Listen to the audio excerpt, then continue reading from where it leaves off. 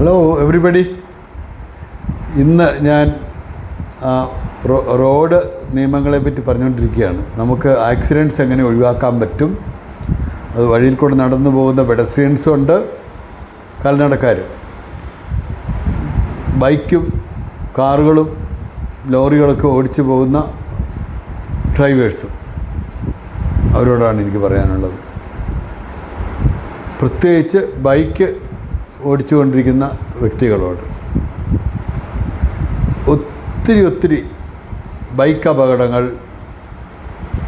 Car അപകടങ്ങൾ, മറ്റ് road അപകടങ്ങൾ നമ്മുടെ നാട്ടിൽ ദിനംപ്രതി വർദ്ധിച്ചുകൊണ്ടിരിക്കുകയാണ്. ഇത് ഒഴിവാക്കാൻ നമുക്ക് എന്ത് ചെയ്യാൻ പറ്റും, അതിനെക്കുറിച്ചാണ് ഇന്ന് നമ്മൾ ഇപ്പോൾ ഡിസ്കസ് ചെയ്യാൻ പോകുന്നത്.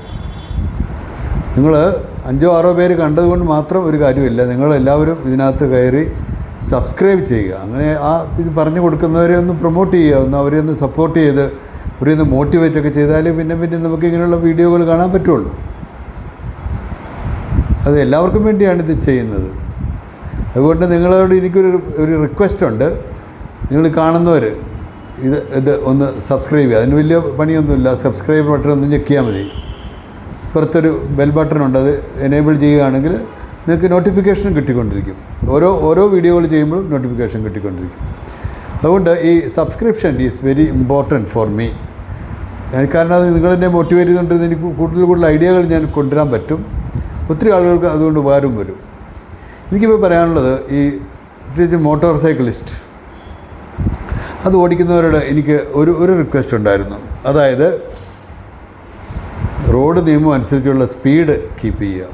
ഇപ്പോൾ 60 കിലോമീറ്റർ സ്പീഡിൽ ഓടിക്കാൻ പറഞ്ഞു കഴിയുമ്പോൾ നിങ്ങളത് 100 കിലോമീറ്ററും 90 കിലോമീറ്ററും ഒക്കെ ആയിട്ട് ഓടിച്ചു കഴിഞ്ഞാൽ ഒന്നാമത് കൺട്രോൾ കിട്ടത്തില്ല, രണ്ടാമത് നിങ്ങൾ നിയമം വയലേറ്റ് ചെയ്യുന്നു, മൂന്നാമത് നിങ്ങൾ പല അപകടങ്ങൾക്കും ഭൂതന്മാരായി മാറും. നിങ്ങളുടെ തന്നെ ഒരു അപകടമായിരിക്കും അതാ, അല്ലെങ്കിൽ വഴിയിൽ കൂടെ നടന്നു പോകുന്ന ഒരാളുടെ കാര്യമായിരിക്കാം, ഇല്ലെങ്കിൽ ഒരു കടയിലിരിക്കുന്ന ആളുടെ കാര്യമായിരിക്കാം. കടയ്ക്കകത്തോട്ടൊക്കെ വണ്ടികൾ കയറി പോകുന്നതായിട്ട് ഞാൻ കണ്ടിട്ടുണ്ട്. ഇങ്ങനെ എന്ത് വേണേലും സംഭവിക്കുക, നമ്മുടെ നിയന്ത്രണം വിട്ടുപോവുക ചെയ്യുന്ന അവിടെ. അപ്പോൾ ഒന്നാമത് ഈ സ്പീഡ്, ഓവർ സ്പീഡ് നിങ്ങൾ ചെയ്യരുത്. നിങ്ങൾക്ക് അനുവദിച്ചിട്ടുള്ള സ്പീഡ് മാത്രമേ ചെയ്യാവുള്ളൂ. രണ്ടാമത് ഈ ബൈക്കുകളിൽ വലിയ ശബ്ദവുമായിട്ട് പോകുന്ന ബൈക്കുകൾ ഞാൻ കണ്ടിട്ടുണ്ട്, രാത്രിയുടെ യാമങ്ങളിൽ പോലും.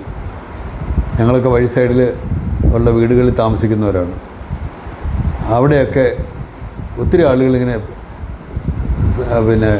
ഉറക്കം കിട്ടാതെയൊക്കെ ഇതിൻ്റെ ഈ ശബ്ദം കാരണമേ. അതിനിടയ്ക്ക് ആംബുലൻസിൻ്റെ ശബ്ദവും.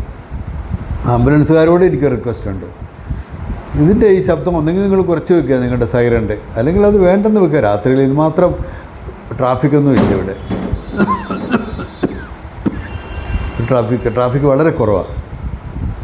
നിങ്ങളുടെ ബീക്കൺ ലൈറ്റ് ഇട്ട് കഴിഞ്ഞാൽ എല്ലാവർക്കും കാണാൻ പറ്റും, അത്രേ ഉള്ളൂ. അല്ലാതെ ഇങ്ങനെ ബഹളം വെച്ച് രാത്രിയിലും പോകേണ്ട കാര്യമുണ്ടോ എന്ന് നിങ്ങളുടെ ആലോചിക്കുന്നത് നല്ലതാണ്. അപ്പം നിങ്ങളോട് എനിക്കുള്ള അഭ്യർത്ഥന, ഈ സ്പീഡിൽ പോകുന്ന ആളുകൾ, ആംബുലൻസ് സ്പീഡിൽ പോകണം, അല്ലാതെ പറ്റിയാൽ. ബാക്കി ഉള്ള ആളുകൾ ഞാൻ പറഞ്ഞില്ല, മോട്ടോർ സൈക്കിളിസ്റ്റ്, കാറുകാർ, ലോറി കൊണ്ടുപോകുന്നവർ, അങ്ങനെയുള്ളവരൊക്കെ.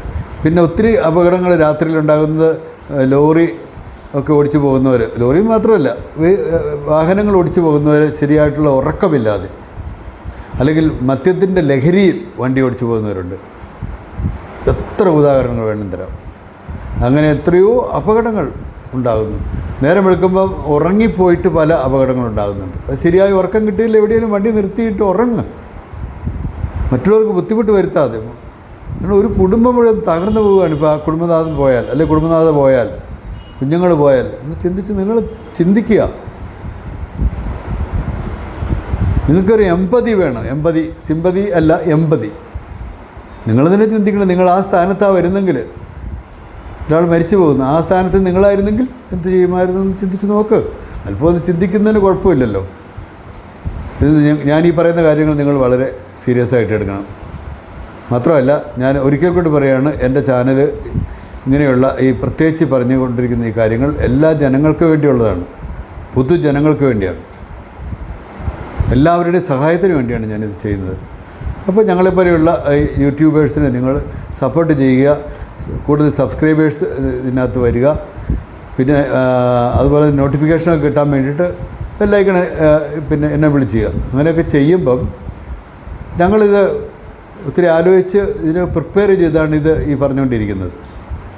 അപ്പോൾ നിങ്ങളോട് എനിക്കൊരു റിക്വസ്റ്റ് കൂടിയുണ്ട്. ഞാനീ പറഞ്ഞ കാര്യങ്ങളെല്ലാം ഒന്ന് ശ്രദ്ധിക്കുകയാണെങ്കിൽ നമ്മുടെ നാട്ടിലെ ഈ വാഹന അപകടങ്ങൾ ഒഴിവാക്കി വിടാം.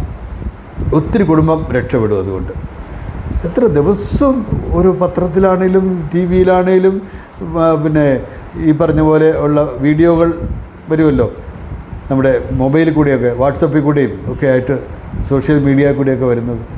അതുമാത്രം സങ്കടമുള്ള കാര്യങ്ങളാണെന്നറിയോ.